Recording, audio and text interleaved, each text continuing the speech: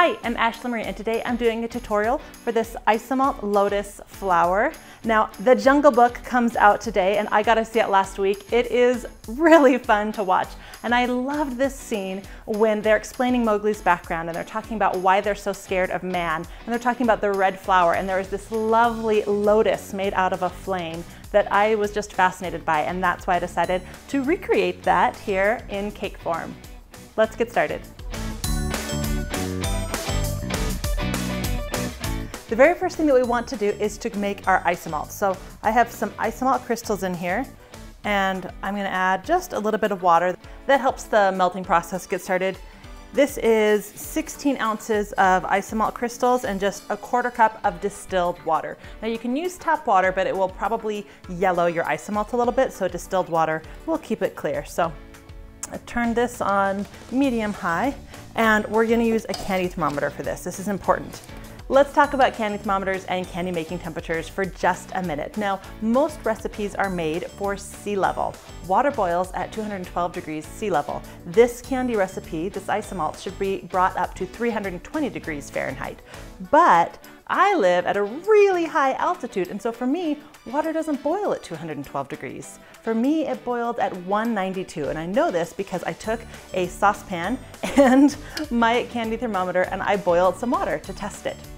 So for me, I know that I need to knock off 20 degrees off of any recipe to get the right temperature.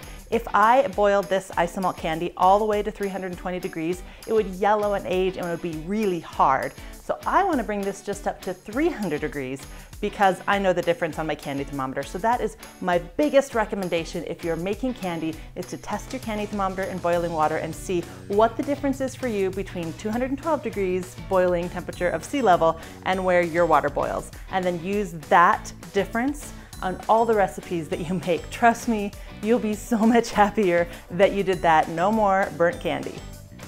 Now, as this starts to boil, you can take a wet pastry brush and brush down the sides to keep this from crystallizing on you.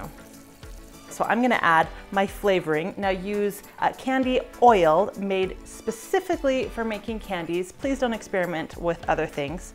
Because we're making flames today, I have red and I have yellow, and then obviously together they'll also make a little bit of orange. All right, it is yellow and finished. It looks fantastic. So there are two different ways to use isomalt. One is to use it as it's poured, like I've done for my inside out fiery suckers, and that leaves it nice and clear and bright. Or you can knead it and mold it and pull it, and creating that pulled sugar will actually make it opaque, so it will actually become brighter and not clear. So we're gonna work with a little bit of both today. I'm gonna pour a little bit of this out onto this mat, and we're going to create some pulled centers for our flowers. But the rest of this, I'm gonna put in the oven at 310 degrees to keep it warm so I can work with it more later. And now that this is starting to cool, we're gonna start kneading it. So I'm gonna use the Silpat mat to knead it at first, and notice I have some latex gloves on. This is gonna help protect your hands because this is hot. And then we're gonna start pulling and folding. And what that's gonna do is introduce air to our sugar. And that air is gonna help make it opaque, and it's gonna make it glossy. Whew, this is hot. So now you can see it's not clear anymore. It's nice and shiny and ribbony. It is beautiful. Now it's cooling as we work. So if it starts to cool too much, you can bring in a heat lamp to keep it nice and warm. Take some wire and we're gonna turn around and make a little shepherd's crook tip. Insert my shepherd's crook.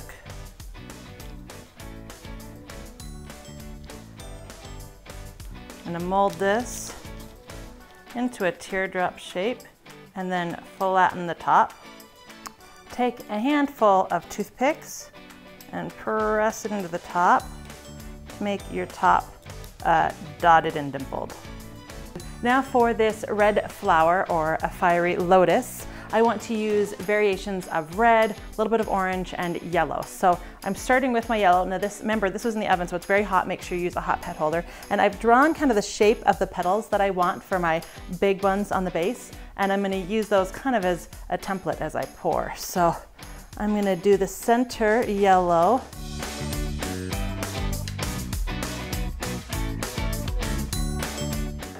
Now I'm going to throw this back in the oven really fast to kind of help it melt together. So I left those in the ovens for about 4 minutes, so it's nice and spreadable now. And it'll kind of also mix the colors and kind of create that great fiery look that we're looking for. This will spread it into the area we're looking to cover. Once it's cooled for about a minute, then we can cut out the shape of our petals. It should be hard enough and soft enough at the same time that you can cut the petal shapes before it gets so hard that it's cracking. You know you're ready to get started when it easily peels off, but also kind of can still hold its shape a little bit. Soft and pliable, but can hold its shape. So then what you want to do is start cupping your petal. We want that pointed end where the red is to be a nice cup shape and kind of come up. And as you are creating your petal shape, those lines that you cut as it starts to harden, they should just break right off. See, just like that. So you'll start to feel the edges get hard, and you don't want to keep working with those, otherwise you'll end up cracking and breaking those. So the center is still a bit warm, so just kind of hold it in that cupped shape that you've created until it cools down a little bit, and then you can put it off to the side. Now, while I was cupping this one, it started to cool a little bit fast and it broke. So what we're gonna try to do is try to save it. I'm gonna put those edges as close together as I can and put it back in the oven for 5 minutes. Here is our repaired or remelted petal.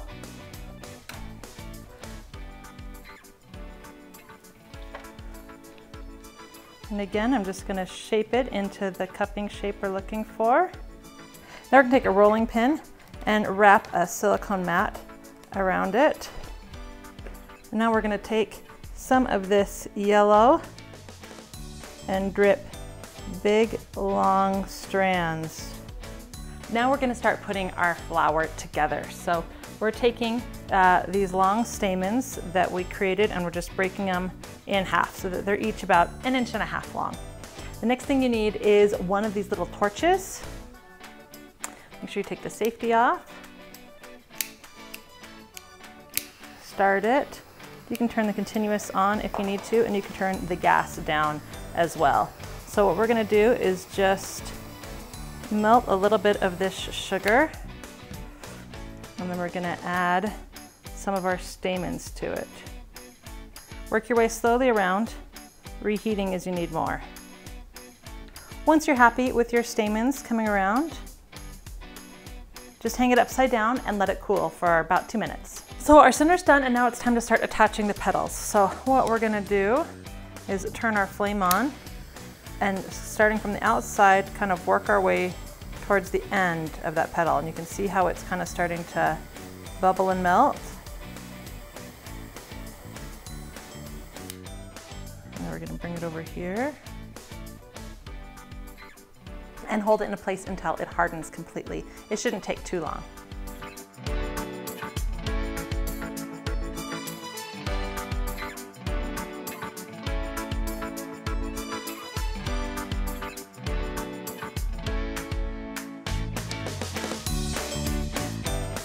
And we finished. It is a lot more delicate than I thought it would be. As I was trying to put the lotus flower into the cake, I ended up breaking some of the petals. Oh, it was seriously so frustrating. So what I ended up doing was pushing the lotus flower bud all the way into the cake first, and then I ended up replacing all of the broken petals that way, and I found that that was a lot easier. So if I was going to make a isomalt flower again, I think next time I would actually, especially one this big, I think that's one of the reasons it's so delicate, is it's so big. Next time I will put the bud in first, and then build up around it. I think that'll be much easier. I hope you guys enjoyed this. I also have a tutorial for the gold leafing effect that I did on this cake last week. And don't forget to subscribe so you don't miss anything. Leave me a comment letting me know what other fun flowers or cake tutorials you want to see. I think next time I'm actually going to try to cut wafer paper into flowers. So we'll have the gum paste flowers, the isomalt flowers, and wafer paper flowers. Let me know what other techniques you want to see. I definitely want to make the tutorials that you want to watch. If you've missed any of my other videos, don't forget to watch down in the playlist. Watch more. All the links to my social media are down below. If you create something that I've made, please tag me. I would love to see it, and I would love to reshare what you made based on my tutorials. So thanks for watching.